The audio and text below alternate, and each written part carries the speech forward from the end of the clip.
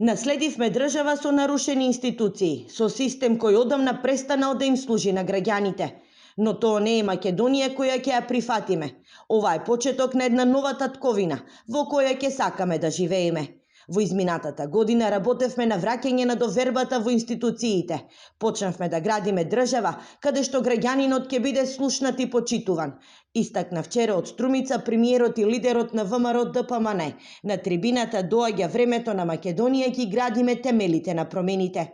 Мицкоски порача дека Струмица овие промени ги чекала долго време и оваа есен ќе бидат заокружени со огромна победа на локалните избори. Премногу долго овој град и сите негови околни места беа заробени од една фамилија, која се однесуваше како Струмица да е нивен личен имот, а не град на горди струмичани. Заборавија дека Струмица му припаѓа на граѓанинот, не на фирмите и круговите во кои тие се затворија. Ние, иако ја водиме државата само една година, не го заменивме народот со дебелите црвени килими. Работевме, решававме проблеми, додека тие од опозицијата се занимаваат со златни визи, символ на златното богатење на грбот на македонскиот народ. Видете, може би во Дубај им е убаво, но коренот е тука, во Струмица, во Македонија.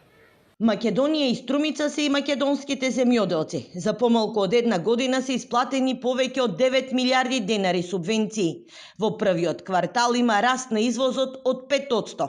Склучени се 2109 договори за распределба на околу 6000 хектари земја, а беше распишан и јавен повик за помош на млади земјоделци.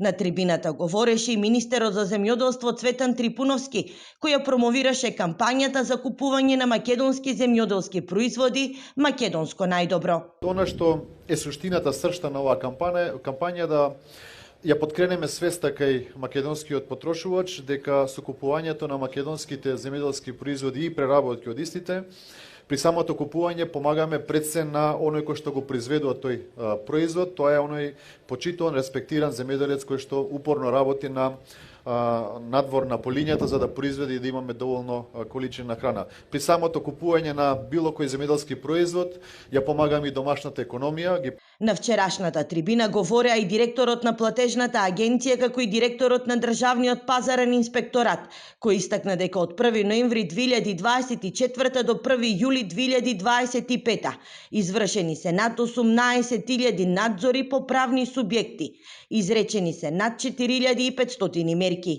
Издадени се повеќе од 110 милиони денари платни налози и над 150 решенија за забрана за вршење дејност.